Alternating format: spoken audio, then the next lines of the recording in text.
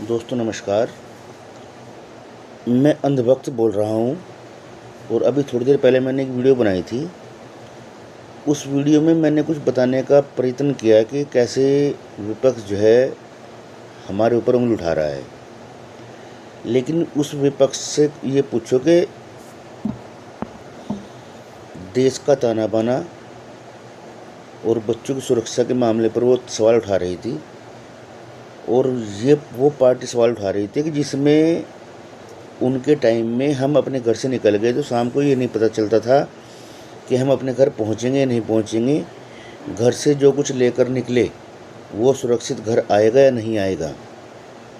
आपने आजकल की खैर जो युवा पीढ़ी है, जो 20-25 साल की उम्र के बच्चे हैं, उनको तो अभी कुछ भी पता नहीं होगा। लेकिन कहने का मतलब ये है कि उस समय तो जो है पोजीशन ये थी कि हर जगह बसों में क्या, पार्कों में क्या, रेलवे स्टेशन पे क्या, सब जगह लिखा हुआ रहता था, सावधान, अनजान वस्तुओं को ना छुएं, ये विस्फोटक पदार्थ हो सकता है। जबकि उस समय के इनके लीडर ने ये साफ कहा था कि आतंकवाद पर कभी कोई काबू नहीं कर सकता। अब आप ये देखो कि जब से 2000 देखो, क्राइम तो कोई रोक नहीं सकता, ये तो चलता रहेगा। लेकिन हाँ, बम विस्फोटक वृद्धि कितनी अब हो रही है, ये एक सोचने वाला विषय है। बस मैं यही कहूँगा कि यूपी में 2027 में चुनाव हैं, आएंगे तो योगी ही।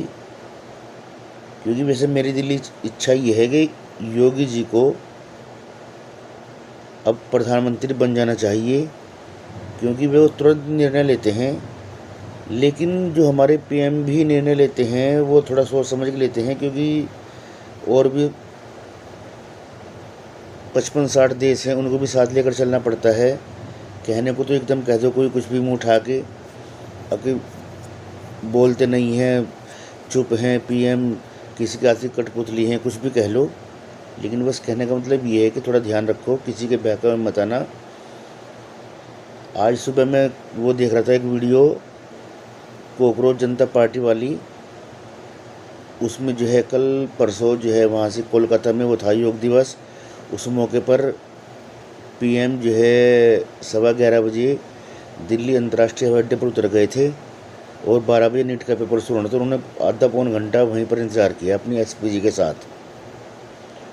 और जबकि एक कांग्रेस की रैली थी, उसके चक्कर में जाम की वजह से कई बच्चों के नीट के पेपर छूट गए।